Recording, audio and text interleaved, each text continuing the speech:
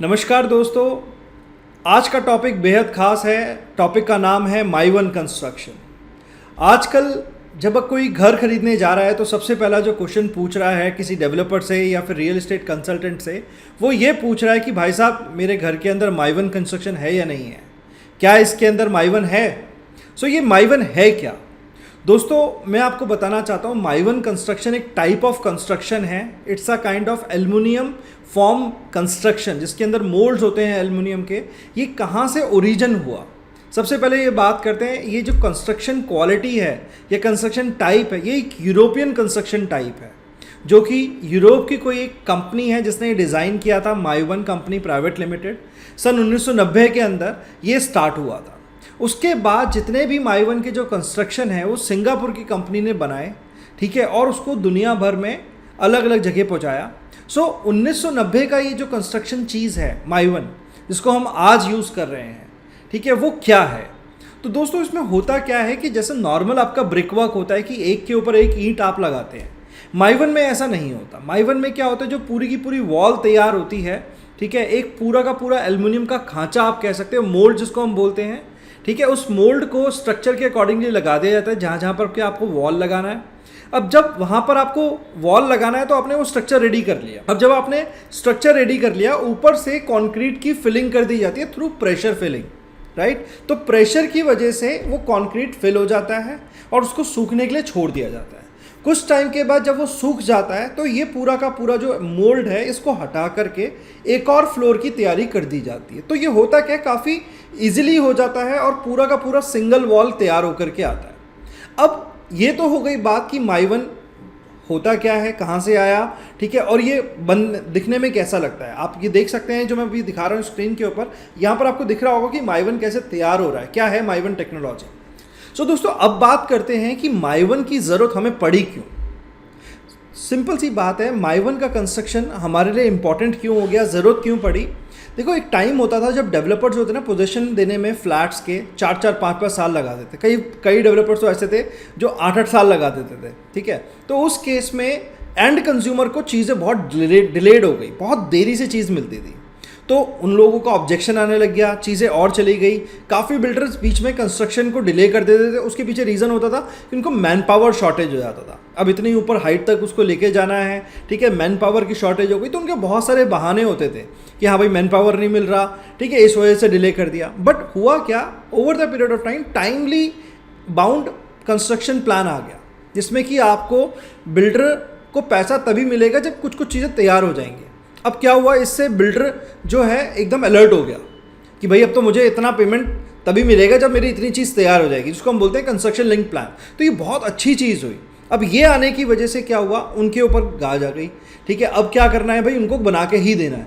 तो उनके पास कोई और चॉइस ही नहीं थी, ठीक है। They are not any more required कि भाई उनको ब्रिक वर्क करना है। तो अब उनके पास एक चॉइस नहीं होने की वजह से उन्होंने माई वन कंस्ट्रक्शन को यूज़ किया। जब उन्होंने बना के देखा माई वन कंस्ट्रक्शन, तो माई वन कंस्ट्रक्शन के बहुत ही बढ़िया रिजल्ट्स निकल के आए।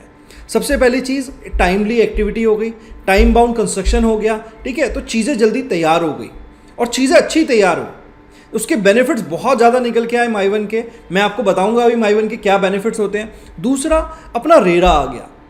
तो रेरा आने की वजह से क्या है, उनको पता है कि भाई अगर ये लेट करेंगे, ठीक है, तो इनको कस्टमर्स को पेनल्टी भी देनी पड़ेगी। रेरा के गाइडलाइंस को फॉलो करेंगे तो उनको कंस्ट्रक्शन को टाइमली कंप्लीट करना पड़ेगा। तो ये रीज़न था कि माई वन कंस्ट्रक्शन डेवलपर्स ने अडॉप्ट किया। अब जब डेवलपर्स ने इस चीज़ को अडॉप्ट किया, अब पब्लिक के पॉइंट ऑफ व्यू से, आप और मेरे पॉइंट ऑफ व्यू से हम बात करें तो हमारे पॉइंट ऑफ व्यू से ये कैसे बेनिफिशियल है, क्या हमारे लिए सच में फ़ायदेमंद है या केवल बिल्डर के लिए फ़ायदेमंद है। आपको मैं दोनों चीज़ों पे बहुत अच्छे से क्लैरिटी दूंगा।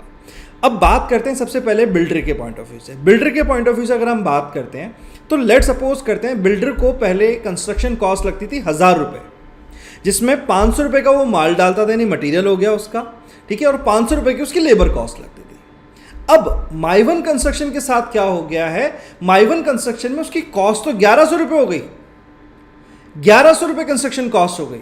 अब आप तो बोलोगे सर ये तो महंगा हो गया। जी बिल्कुल महंगा हो गया। अब उसने माल डाला इसमें 800 रुपये का, क्योंकि एल्युमिनियम के मोल्ड्स भी आ रहे हैं, बहुत सारी चीज़ें आ रही हैं, और एल्युमिनियम के जो मोल्ड्स हैं वो बाहर से आ रहे हैं, इंडिया में उसका अभी तक कंस्ट्रक्शन नहीं होता है, ठीक है। अब 800 रुपये तो उसका मटीरियल कॉस्ट हो गया, लेकिन यहाँ पे लेबर कॉस्ट रिड्यूस होकर के आ गया 300 रुपये। तो अब आप सोचो ओवरऑल तो उसका कॉस्ट बढ़ गया, यहाँ 1000 है यहाँ 1100 है, ले ओवरऑल कॉस्ट बढ़ गया। बट आप देखोगे जो पहले वो चीज़ 3 साल में 3.5 साल में बना रहा था, आज की डेट में वो चीज़ आपकी 2 साल में बन रही है। तो वहाँ पर आपका टाइम सेव हो गया, टाइम रिड्यूस हो गया आपका, तो आपको जल्दी पोजीशन मिलना शुरू हो गया।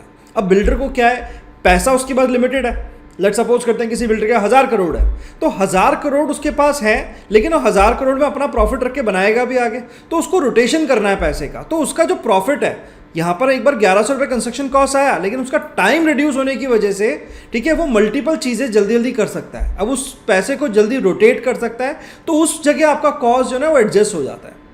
तो इस तरीके से देखा जाए तो ये रीज़न है कि जो माइवन है ये आपको सस्ता पड़ रहा है ओवरऑल देखा जाए तो, बिल्डर को भी सस्ता पड़ रहा है ओवरऑल देखा जाए तो। लेकिन यूट्यूब पे मैं देख रहा हूँ कि काफ़ी लोग माइवन को सस्ता बता रहे हैं कि भाई माइवन सस्ता है इसलिए बिल्डर यूज़ कर रहे हैं। Obviously builder is a businessman, developer is a businessman, उनको बिजनेस के तरीके से सोचना है, उनके लिए जो टाइम है वो मनी है। तो जहाँ उनका टाइम बच रहा है, अब 1000 करोड़ रुपए को मैं 2 साल में रोटेट कर रहा हूँ और 1000 करोड़ रुपए को मैं 3 साल में रोटेट कर रहा हूँ, मेरी एफिशिएंसी कहाँ ज़्यादा आएगी एज अ डेवलपर? मेरी एफिशिएंसी जहाँ 2 साल में चीज़ें रेप्लिकेट होंगी, जहाँ 2 साल में चीज़ें रोटेट हो पाएंगी। तो उस केस में Mivan is a very good option for developer point of view. So दोस्तों, उम्मीद करता हूं कि ये वीडियो आपको हेल्पफुल रहा होगा, आपको डिसाइड करने में कि भाई माइवन कंस्ट्रक्शन क्या है। Being a real estate consultant, मेरा काम ये है कि मैं आपको क्लैरिटी दूं। Choice will be ultimately yours, दोनों के अपने फायदे अपने नुकसान हैं। But if you are going for a Mivan construction then it always a good option because it's the latest technology. और दोस्तों, उम्मीद करता हूँ कि आपको मेरा कंटेंट अच्छा लग रहा होगा, समझ में आ रहा होगा। अगर आपको मेरा कंटेंट अच्छा लग रहा है तो मेरी मेहनत के लिए एक लाइक ज़रूर बनता है। और अगर आपको मेरे से जुड़ना है तो you can always subscribe to my YouTube channel. And thanks for watching this video. धन्यवाद, नमस्कार।